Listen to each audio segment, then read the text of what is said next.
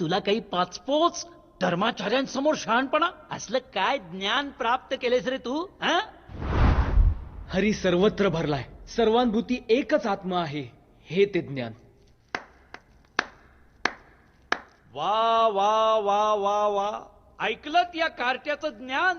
हरी सर्वत्र भरलाय म्हणे, इथे तिथे सर्वत्र.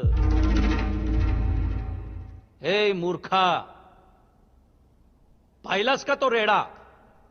नाव काय रे त्या रेड्याचं? ज्ञाना नाव आहे, ज्ञाना. त्याचंही नाव ज्ञानाच. मग तुझा आणि त्याचा आत्मा सारखाच का?